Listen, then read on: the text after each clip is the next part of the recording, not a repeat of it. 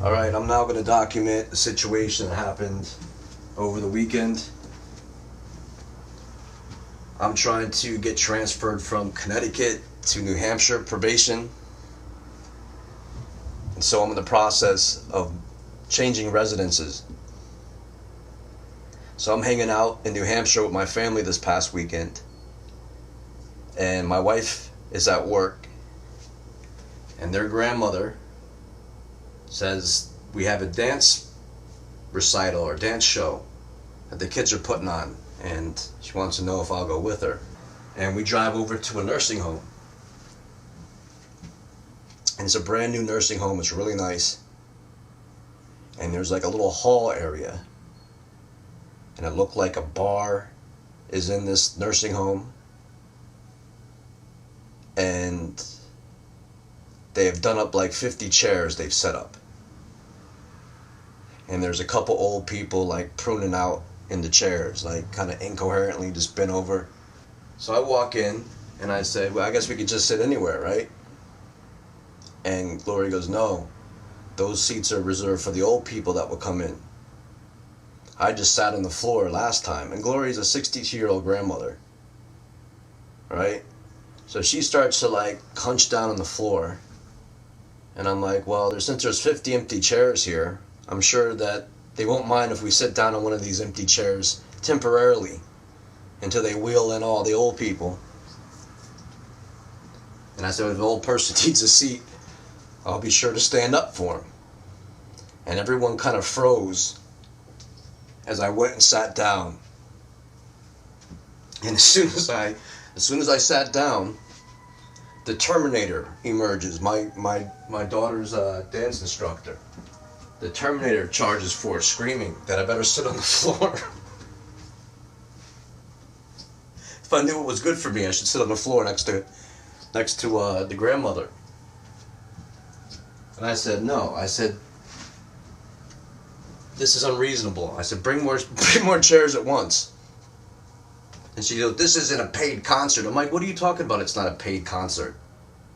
I said, we pay you to teach our kids how to dance. We bring them over to amuse your friends at this elderly place, and then you command my daughter's grandmother to sit on the floor, and you won't bring chairs for them?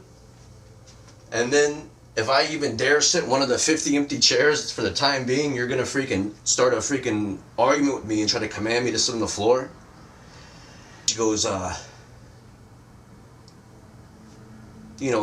she essentially tells me to get out. So I called her a rotten scumbag, and that infuriated my children's grandmother, who said, get out of here right now, John, get out of here right now and don't come back. So I said, fine, I tried. So I walked out.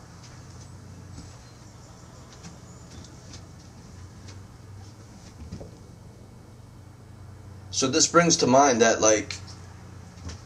as petty as this whole thing is, it just brings to mind that, anybody could be changed into a Matrix agent. Like, this whole thing was just unreasonable.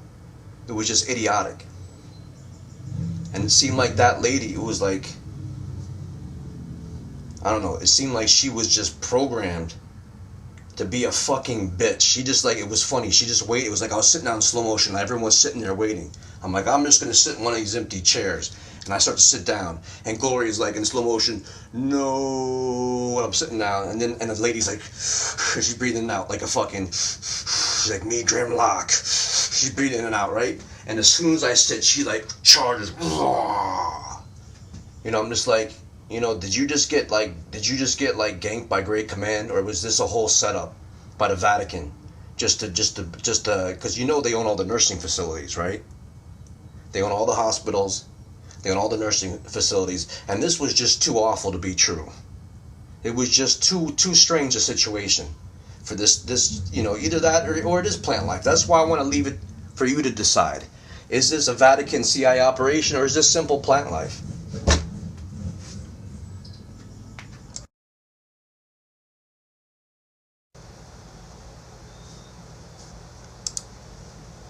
At the end of April 2013, I requested a transfer through the Office of Adult Probation in Derby, Connecticut, to go to Keene, New Hampshire to be closer to my wife and children who currently reside with their parents in a small house.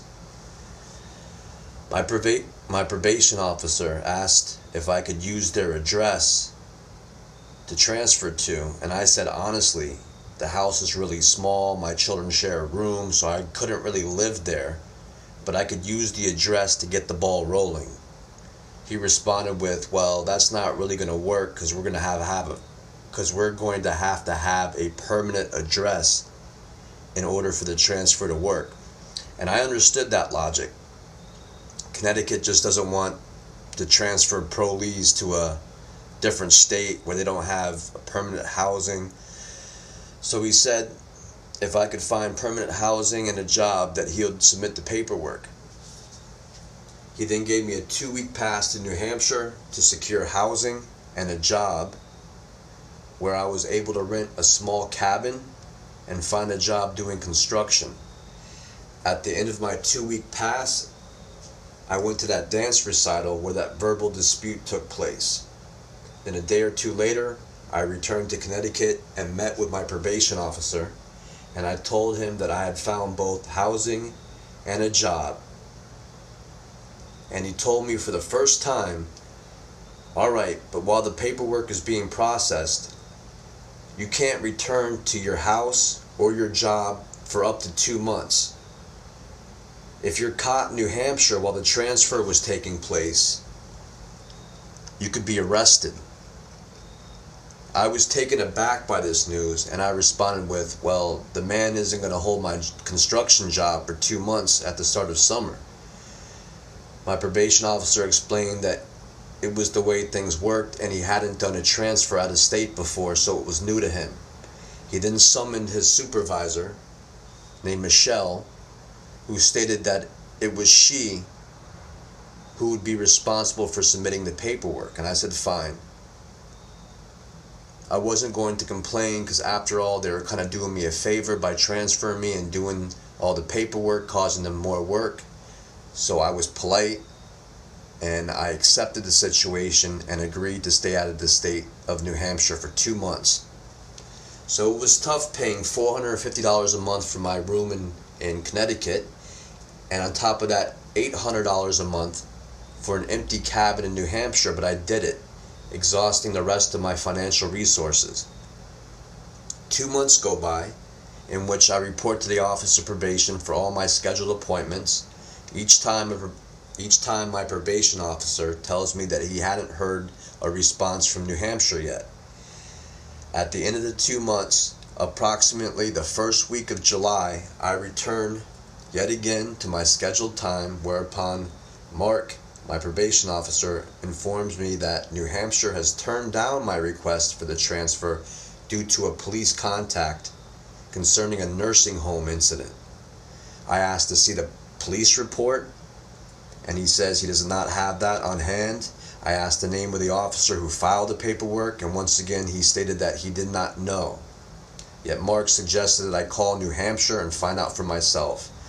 I went home, I contacted the New Hampshire Police Department, the city's police department over there, and they stated that they never even heard of a report about me.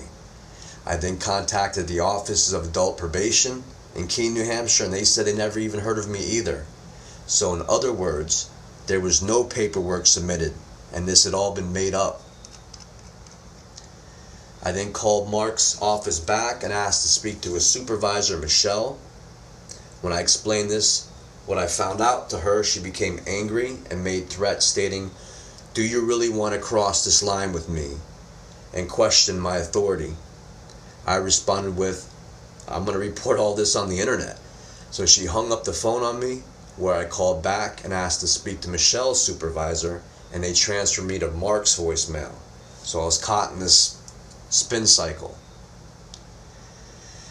I really didn't know what to do at that point, and I called my friend up and he suggested I contact an attorney.